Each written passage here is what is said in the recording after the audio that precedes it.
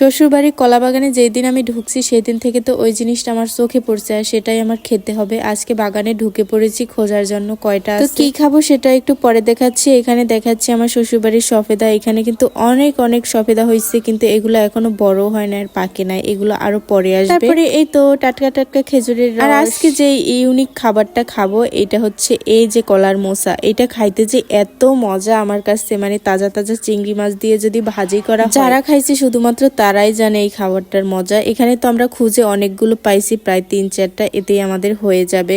আমি তো এখানে টোকাই টোকাই আনতেছিলাম। এবার হচ্ছে প্রসেসিং করা পালা। এই তো খোসা থেকে কলার মুচিগুলোকে ছাড়িয়ে তারপরে এখানে কুচি কুচি করা হবে। এই যে মূলত এইগুলাই কুচি কুচি করা হয়। আর আমরা তো ছোটবেলায় এগুলো দিয়ে কত খেলতাম, মানে এগুলো পুকুরে ছেড়ে দিয়ে বলতাম যে নৌকা নৌকা নৌকা নৌকা খেলতাম। এটা শুধু আমি না, শৈশবে মনে হয় আপনারাও করেছেন। আর এই কলার মুচিটা খেতে যে এত মজা, মানে এটাতে যদি আরো নারকেল বা চিংড়ি মাছ দেওয়া হয়। আজকে আমরা শুধু চিংড়ি মাছ দিয়ে ভাজবো। এটা খেতে যেমন মজা তেমন প্রসেসিং করার সময় অনেক ঝামেলা, কারণ এগুলো খোলার সময় হাত একদম কালো হয়ে যায়, নখ একদম বিশ্রী অবস্থা হয়ে যায়।